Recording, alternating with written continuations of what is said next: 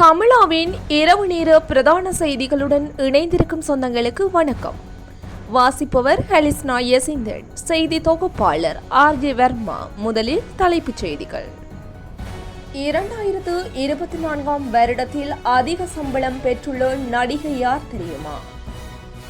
வடிவேலு சிங்கமுத்து பிரச்சனை, நீதிமன்றம் போட்ட அதிரடி உத்தரவு. ஆசிய கிரிக்கெட் சபையின் தலைவராக சம்மி சில்வா நியமனம்.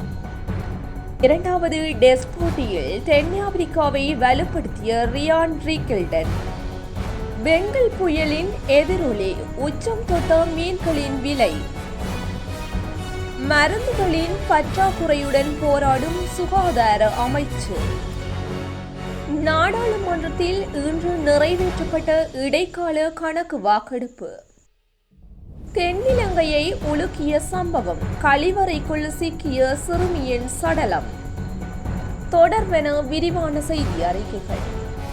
2024 வருடத்தின் இறுதி மாதம் வந்துவிட்டது. இதனால் இந்த வருடத்தின் சிறப்புகள் சோகமான விடயம் ட்ரெண்டாக டாக்ஸ் என அனைத்தையும் மக்கள் நினைவு கூர்ந்து வருகின்றார்கள். சமூக வலைதளங்களில் இந்த வருடத்தின் சிறந்த படம், டாப் நாயகன் நாயகி போன்ற பல தகவல்கள் வர தொடங்கியுள்ளன. அப்படி நாம் இப்போது ஒரு விஷயம் குறித்து தான் பார்க்க போகின்றோம். முந்தைய காலகட்டத்தில் நாயகர்களின் சம்பளம் தான் அதிகமாக இருந்தது. ஆனால் இப்போது நாயகிகளின் சம்பளமும் அதிக அளவு உயர்ந்து கொண்டே போகிறது. அப்படி 2024 ஆண்டில் அதிக சம்பளம் வாங்கிய நாயகி யார் என்ற தகவல் உலா வருகின்றது. லேடி சூப்பர் ஸ்டாராக இருக்கும் நயன்தாரா தான் இருப்பார் என பல பேர் நினைக்கலாம். ஆனால் அவர் இல்லை, நடிகை த்ரிஷாதானாம். மணிரத்னம் இயக்கத்தில் கமல்ஹாசன், சிம்பு உள்ளிட்டோர் நடித்திருக்கும் தக் லைஃப் படத்தில் நடித்துள்ளார் த்ரிஷா. அப்படத்தில் நடிப்பதற்காக நடிகை த்ரிஷாவிற்கு ரூபாய் 12 கோடி சம்பளம் கொடுக்கப்பட்டுள்ளதாக கூறப்படுகின்றது. இதன் மூலம் கோலிவுட்டில் அதிக சம்பளம் வாங்கும் நடிகையாகிவிட்டார் த்ரிஷா. நடிகர் சிங்கமுத்து தன்னை பற்றி பேட்டிகளில் மிகவும் அவதூறாக பேசி வருகிறார் என வடிவேலு வழக்கு தொடுத்து இருக்கிறார். 5 கோடி நஷ்ட ஈடு கேட்டு வடிவேலு வழக்கு போட்டிருக்கும் நிலையில் அதன் விசாரணை நடைபெற்று வருகின்றது. வழக்கு தொடுத்த பிறகும் சிங்கமுத்து யூடியூப் பேட்டிகளில் தன்னை பற்றி மிகவும் அவதூறாக தொடர்ந்து பேசுகிறார் என வடிவேலு தரப்பு நீதிமன்றத்தில் தெரிவித்திருக்கிறது. இதற்கு நீதிமன்றம் சிங்கமுத்துவுக்கு அதிரடியாக தடை உத்தரவு பிறப்பித்து இருக்கின்றது. வடிவேலு பற்றி அவதூறு ஏற்படுத்தும் வகையில் பேசக்கூடாது என்றும், ஏற்கனவே வெளியான வீடியோக்களை நீக்கும்படியும் சிங்கமுத்து அந்தந்த சேனல்களுக்கு கடிதம் அனுப்ப வேண்டும் என்றும் நீதிபதி உத்தரவிட்டிருக்கின்றார். இலங்கை கிரிக்கெட் சபையின் தலைவரான சம்மி சில்வா ஆசிய கிரிக்கெட் பேரவையின் தலைவராக நியமிக்கப்பட்டுள்ளார். இவர் ஆசிய கிரிக்கெட் பேரவையின் நிதி மற்றும் சந்தைப்படுத்தல் குழுவின் தலைவராக பல வருடங்கள் பணியாற்றியுள்ளார். முன்னதாக ஆசிய கிரிக்கெட் சபையின் தலைவராக இந்தியாவின் ஜெய்சா இருந்தார். அவர் சர்வதேச கிரிக்கெட் சபையின் தலைவராக கடந்த வாரம் பதவியேற்றதை தொடர்ந்து சம்மி சில்வா அந்த பதவிக்கு நியமிக்கப்பட்டுள்ளார். இந்த நிலையில் ஆசிய கிரிக்கெட் பேரவையை வழிநடத்துவது தனக்கு கிடைத்த மிகப்பெரிய கௌரவம் என சம்மி சில்வா குறிப்பிட்டுள்ளார். அத்துடன் சம்மி சில்வா ஜெய்சாவிற்கு நன்றி தெரிவித்துள்ளமை குறிப்பிடத்தக்கதாகும்.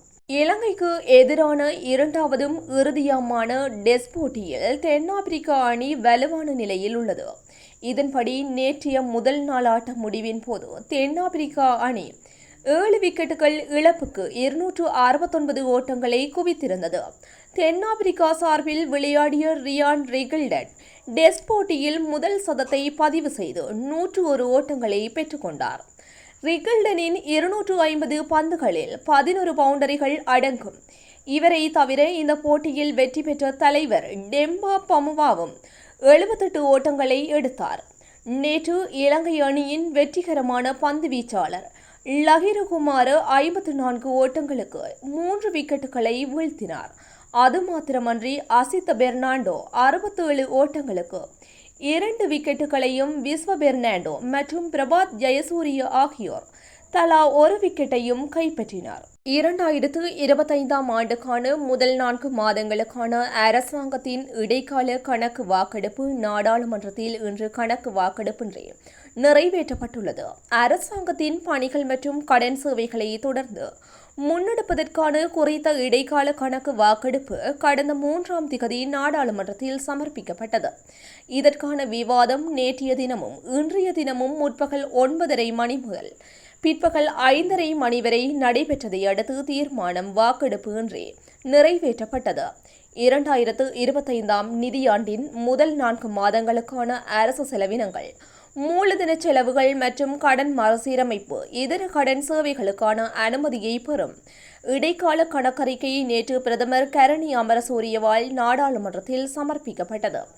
இந்த கணக்கறிக்கை மீது சபையில் நேற்று ஆரம்பமாகிய விவாதம் இன்றும் தொடரவுள்ளதுடன் இன்று மாலை இதன் மீது வாக்கெடுப்பு நடத்தப்பட்டுள்ளது. இந்நிலையில் வாக்கெடுப்பின் போது இடைக்கால கணக்கறிக்கையை எதிர்பார்ப்பதில்லை என இலங்கை தமிழரசுக் கட்சியின் 8 நாடாளுமன்ற உறுப்பினர்களும் தீர்மானித்துள்ளனர். கம்பகாவில் சிறுமியொருவர் கொலை செய்யப்பட்ட நிலையில் சடலம் போலீசாரினால் கண்டுபிடிக்கப்பட்டுள்ளது. கடந்த 2ஆம் திகதி முதல் 14 வயது சிறுமி காணாமல் போனதாக போலீசில் முறைப்பாடு செய்யப்பட்டிருந்தது. இந்நிலையில் கொலை செய்யப்பட்ட நிலையில் கழிவறை குழியில் புதைக்கப்பட்ட நிலையில் சிறுமியின் சடலம் கண்டுபிடிக்கப்பட்டதாக போலீசார் தெரிவித்தனர். இந்த கொலையில் தனது 2வது கணவர் மீது சந்தேகம் உள்ளதாக உயிரிழந்த சிறுமியின் தாய் தெரிவித்துள்ளார்.